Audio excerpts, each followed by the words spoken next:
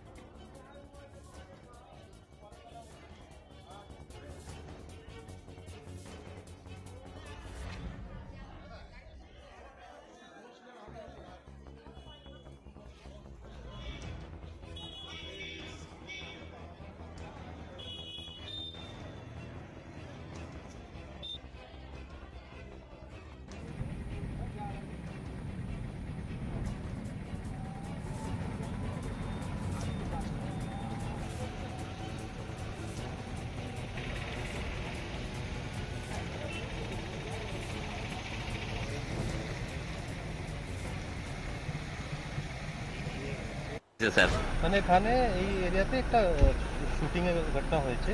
একটা মনোজিৎ মন্ডল নামের লোককে ছিনতাই, ওর কাছে কিছু টাকা ছিল, ছিনতাই করে ওর উপরে 2টো রাউন্ড ফায়ার করা হয়েছে। মানে ওর বক্তব্য হিসাবে অভিযোগ হয়েছে পরিবারের। হ্যাঁ, একটা কেস আমরা অলরেডি স্টার্ট করেছি বংশীহারি থানাতে। আচ্ছা আর আমাদের তদন্ত অলরেডি রাত থেকেই স্টার্ট হয়ে গেছে। স্যার, উনি কি ব্যবসায়ী ছিলেন? বলছে এরকম, দেখছি আমরা স্যার, আমরা যতটুকু জেনেছি স্যার, জুয়ার বোর্ডের টাকার সাপ্লায়ার ছিল। এটা আমাকে দেখতে হবে, এখন বলা এটা কি বলছে। ঠিক আছে।